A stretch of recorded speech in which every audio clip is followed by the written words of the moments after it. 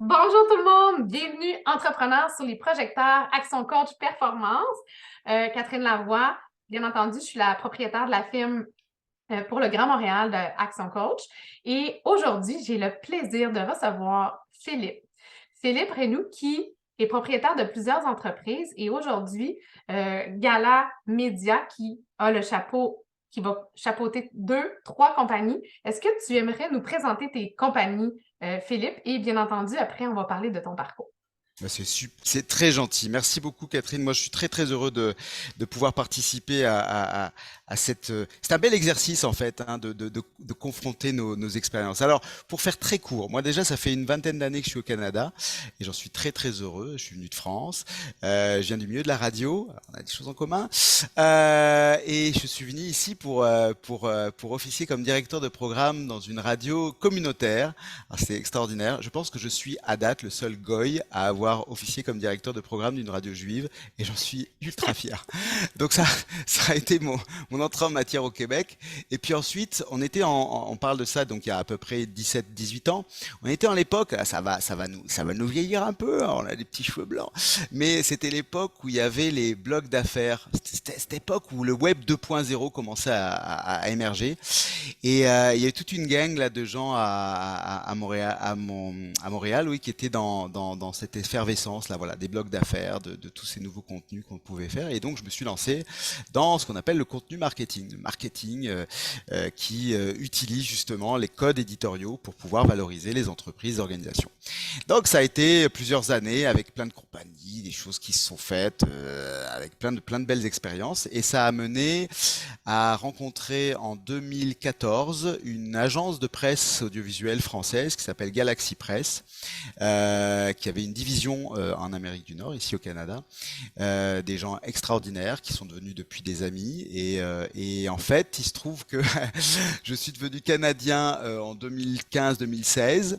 Et étant canadien, la chose qu'ils ne pouvaient pas faire paradoxalement, eux qui font que de la télévision en France, c'est je crois, une des 5 plus grosses agences de production télé en France, sur la place de Paris, ben, ils faisaient pas de télé ici tout simplement parce qu'ils n'étaient pas canadiens. Et pour pouvoir aller chercher les fonds de financement, pour aller chercher les crédits d'impôt, tout ça, dans le monde de la production audiovisuelle, il faut être canadien. Et donc j'aurais dit, bah, écoutez les amis, moi je suis canadien, on fait un petit truc, je rachète vos parts ici, et puis on fait de la télé. Et comme il me faisait très confiance, puis qu'on était dans un très beau climat et ben il m'a dit bah Banco, vas-y. Et puis voilà, c'est comme ça que Galaxy ici est devenu Gala. On a enlevé le Xi, mais on a gardé l'esprit de Gala. Et donc, on a commencé à faire de la production audiovisuelle en plus, donc pour la télé, en plus des productions audiovisuelles corporatives et institutionnelles qu'on faisait. Et le tout dans un cadre très clair. La force de Galaxy Press, que j'ai trouvé vraiment fascinante, c'était toute la partie justement de vulgarisation scientifique, technologique qu'ils avaient développé. Et ça, ici, moi, je suis rentré là-dedans. Là, je me suis plongé comme Obélix s'est plongé dans la potion magique là. Et puis, ça a été c'est ce qui depuis ce moment-là nous fait triper toute l'équipe de Gala. Donc c'est comment on crée des contenus qui rendent plus accessibles les sciences, les technologies pour les gens. Et ça a donné lieu, bah, comme tu le disais très justement, Catherine, à plusieurs entités qui sont nées depuis Gala Média au départ. On a donc une entité qui s'appelle C Sciences Média qui officie depuis 2018 un média en ligne qui est dédié aux solutionneurs technologiques québécois, qui marche très très fort. On a une petite équipe rédactionnelle hyper dynamique qui fait chaque jour des miracles, comme dans tous les médias, parce qu'aujourd'hui c'est pas forcément facile d'avoir un média. Et quand chaque jour on sort des contenus, bah c'est un petit succès à chaque fois. Ça prend ça. On a créé Gala Production qui fait la production télévisuelle de toutes les donc des contenus du groupe. Et puis un troisième petit bébé qui est né il y a il y a 2 ans de ça, qui est Gala Édition et qui donc, comme son nom l'indique, fait de l'édition d'imprimés pour justement plutôt destiné au jeune public, pour là aussi vulgariser, rendre accessibles les sciences et les technologies. Voilà un peu le parcours, donc un parcours très éclectique, puisque, et ça c'est un petit message que je donne à toutes celles et ceux qui disent ah mais il faut que je sois formé dans tel domaine pour pouvoir exceller. Non non non non non non. Ce qui est fantastique quand on est entrepreneur, il faut une petite base. Moi la chance que j'ai une base de juriste. J'étais juriste en droit international public. Et comme quoi le droit mène à tout. Et puis voilà, après, il faut se laisser porter par les rencontres, par les aspirations. Il ne faut pas avoir peur de se lancer. Il faut avoir les épaules très solides, parce qu'être entrepreneur, c'est accepter des nuits blanches, c'est accepter des risques, c'est accepter beaucoup de doutes, beaucoup de remises en question. Mais qu'est-ce que c'est chouette de pouvoir voir grandir nos entreprises. Qu'est-ce que c'est fascinant de voir dans les yeux de nos collaborateurs, nos collaboratrices, briller l'espèce de petite étincelle quand vous dites on l'a fait, on va le faire. Ça, je pense, c'est le salaire des entrepreneurs. Le salaire réel des entrepreneurs, il est là. C'est de se dire à un moment donné, quand tu as quelqu'un en face qui tripe autant que toi, sur un projet où tu te dis on est parti de rien, puis ça c'est venu là, bah ça là, ça prend beaucoup d'emmerdes, excusez-moi le terme, ça prend beaucoup de vaches enragées, ça prend beaucoup de difficultés, mais qu'est-ce que c'est beau au final d'avoir ça. Et la meilleure définition, et je terminerai là-dessus parce que je prends trop la parole, mais la meilleure définition que j'ai eue d'un entrepreneur, et je trouve cette définition extra, c'est quelqu'un qui aime résoudre des problèmes. Il n'y a rien de plus juste que ça. Si vous n'aimez pas résoudre des problèmes, si vous n'aimez pas être dans le complexe, si vous n'aimez pas être dans le flou des fois total et vous dire, OK, là, ça marche pas pantoute. Puis bon, bah on va essayer de ça. Puis tiens, j'ai une idée. Ah, on va essayer ça. C'est que vous n'êtes pas fait pour ça. Puis il y a tout le monde peut, mais être entrepreneur, c'est vraiment aimer régler des problèmes. Si vous aimez ça, résoudre des choses complexes, essayer de trouver la solution avec d'autres, essayer de trouver la personne, la bonne ressource. Alors là, allez-y, vous allez vous éclater, même si des fois c'est un peu compliqué, ça donne des beaux résultats. En gros, voilà, pour résumer à tout ça, cette espèce de Golga, mais c'est vraiment ça. J'adore. Non, mais tu as résumé en quelques minutes, en fait, toutes mes questions, mais là, je vais aller plus en détail dans Parce que je sais plusieurs. qu'on est pris par le temps, c'est pour ça. Oui, c'est ça, on n'a pas beaucoup de temps. J'aimerais quand même, Philippe, que tu me dises, mettons, dans tout ton parcours, tu sais, as quand même eu un parcours de gestionnaire, d'entrepreneur, tout ça. Ça serait quoi, à ton avis, le meilleur conseil que tu pourrais donner à un entrepreneur? Tu sais, t'as ramené ça à, oui, il faut y résoudre des problèmes, mais ils vont vivre des hauts et des bas, ils vont vivre des montagnes russes. Ça serait quoi le conseil idéal? Alors, le conseil, c'est très difficile de répondre à cette question, Catherine, parce que chacun d'entre nous est pas armé de la même manière pour affronter un certain nombre de difficultés. Je dirais que euh, comment dire, il faut d'abord être ultra organisé. C'est la clé. C'est-à-dire que la gestion du temps, la gestion des ressources, la gestion des moyens, c'est ce qui prend le plus de temps. D'abord, la gestion prend le plus de temps dans le parcours d'un entrepreneur. Quelqu'un qui dit tu vas t'éclater sur ton idée, sur ton projet, c'est cool, mais faut pas se leurrer là. Les 3/4 de notre temps sont pris à gérer la poutine là, qui parfois est d'une exigence assez implacable. Donc, il faut être ultra organisé. Il faut pas avoir peur d'être dans les fichiers Excel, d'être face à son écran, des fois seul le soir, et puis d'avoir à gérer cette poutine là. Ça, c'est le premier conseil que je donnerais. Deuxième conseil, c'est de prendre du recul.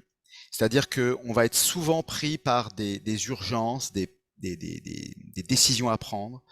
Ne jamais passer à côté de l'opportunité d'aller prendre du conseil. Puis de se dire, il n'y a pas en fait, l'urgence, souvent, elle est dans notre tête. Même quand tu as une deadline, même quand tu as un délai, elle est dans notre tête.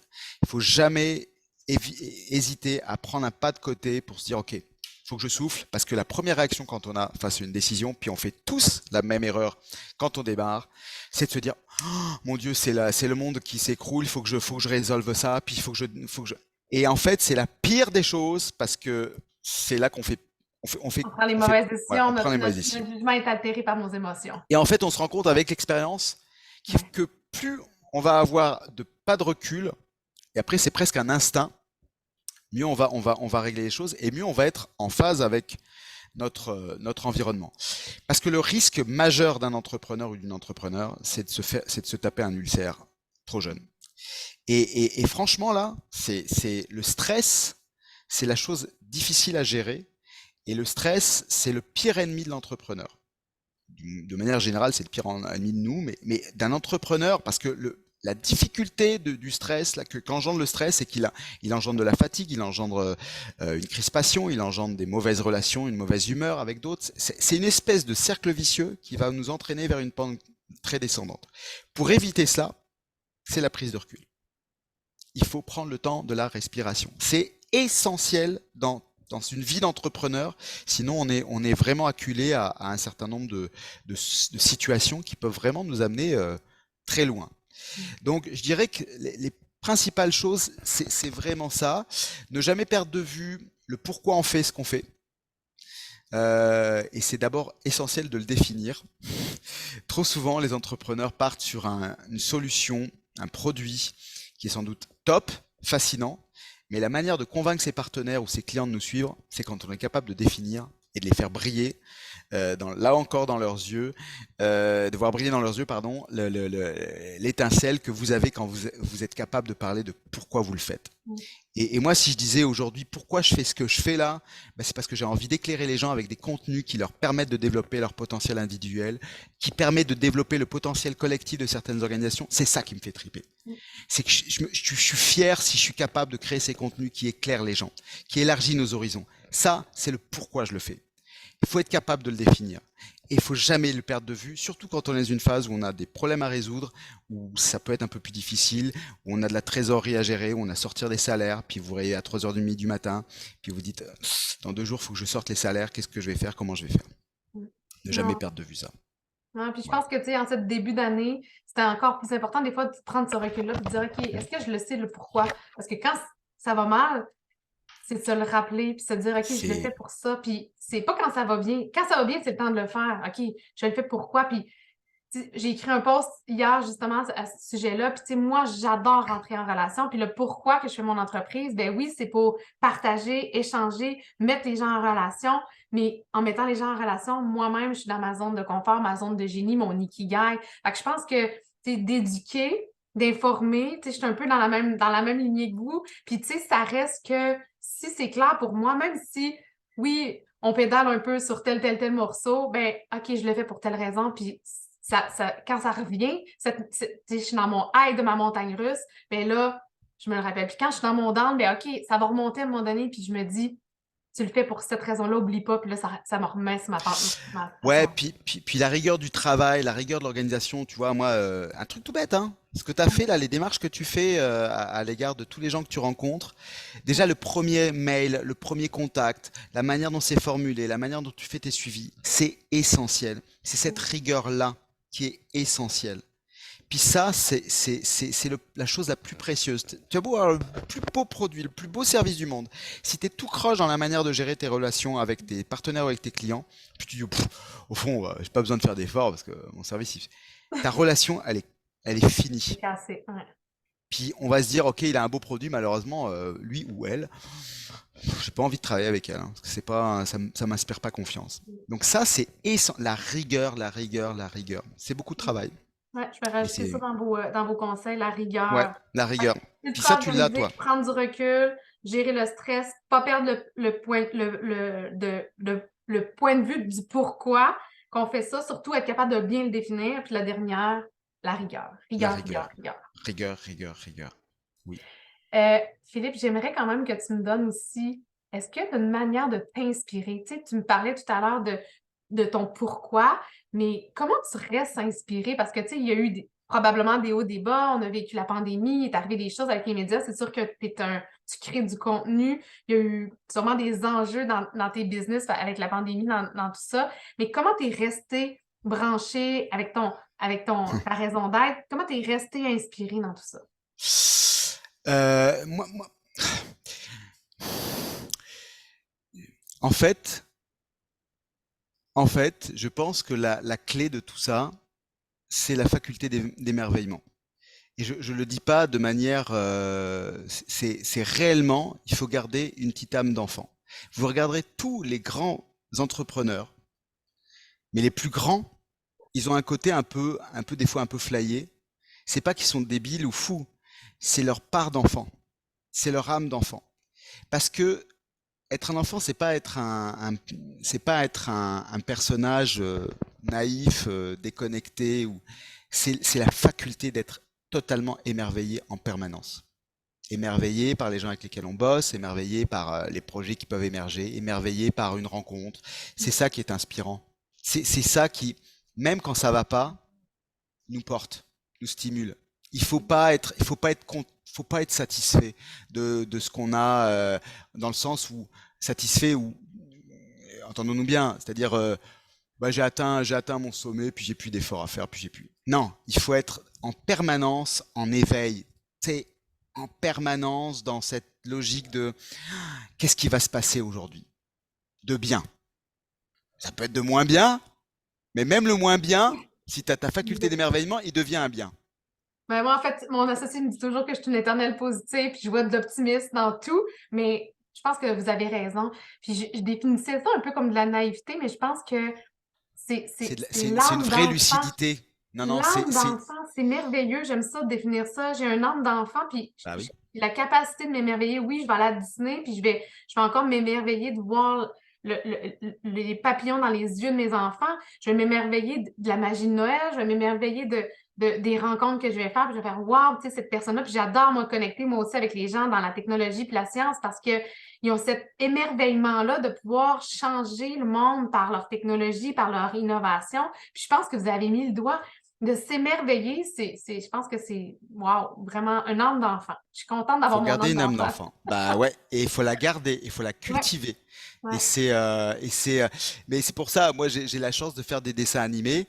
On s'éclate, mais pour vous donner une petite anecdote sur un des dessins animés qu'on a fait, Avec, là, euh, on parle de tech, on peut parler de T-Dog, ouais c'est ça, c'est dans T-Dog. ouais. Le personnage qui est un peu la star dans T-Dog, c'est Tifou, qui est le petit animal un peu déjanté, qui est l'assistant de notre docteur, des T-Doc. Ce personnage-là qui s'appelle Tifou, je dois avouer, beaucoup de gens me disent mais c'est toi Tifou. Et en fait, c'est parce que justement quand on préparait, on créait le personnage, puis justement je montrais comment il devait réagir, comment il devait, tu sais, les techniques du clown et tout ça, parce que et je pense que c'est pour ça que ça fonctionne. C'est parce qu'à un moment donné, les enfants, si tu veux leur passer un message, mais même les adultes, si tu mets pas un peu de folie, ça passe pas. C'est parce que c'est ce qu'on aime, c'est être surpris, ce qu'on aime, c'est nous faire rire. Ce qu'on aime, c'est nous emmener ailleurs. Ce qu'on aime, c'est nous surprendre. Amener C'est des un peu, émotions. Tu sais, moi, je pense que la musique nous ouais, ramène de la nostalgie, peut nous amener à rêver. Les anecdotes, les histoires, le storytelling vient nous chercher. Pourquoi? C'est que les gens racontent une histoire, puis ils viennent nous connecter avec une émotion. Moi, je pense bah que oui, vous l'avez dit, tu sais, si la folie ou la rigolade de Tifou, ben, passe un message, je pense que c'est parce qu'il connecte avec nos émotions dans notre c'est cerveau, donc exactement le ça. message C'est passe. exactement ça, Catherine. C'est exactement ça. Et c'est pour ça que les enfants sont très sensibles à ça, parce qu'ils n'ont pas encore été, entre guillemets, pollués par ce que la vie peut apporter de plus ou moins difficile, et puis tu sais, on a le poids de nos expériences qui peut être très positif, comme qui peut aussi empoussiérer un peu notre. Et il faut garder le maximum de cette part-là voilà, de L'âme folie et d'enfant. Moi, d'émerveillement. j'aime Ouais, bien nommer, je pense que je vais le nommer l'âme d'enfant. Il faut garder c'est notre âme exactement ça. d'enfant. Ouais, c'est ça. J'adore. Et ça, c'est génial. Et ça, je peux vous assurer que ça marche à tous les niveaux. Les Fait gens que, adorent ça. Philippe, moi, j'aimerais que tu me donnes une phrase parce que on s'en va vers la fin de l'entrevue. Une phrase, tu sais, l'âme d'enfant, pour moi, ça va rester quand même une citation que je vais réutiliser de ta plume. Mais est-ce que tu en as des phrases clés ou des quotes, des fameuses quotes là, on va garder une inspiration puis qu'on peut signer qui t'inspire à toi?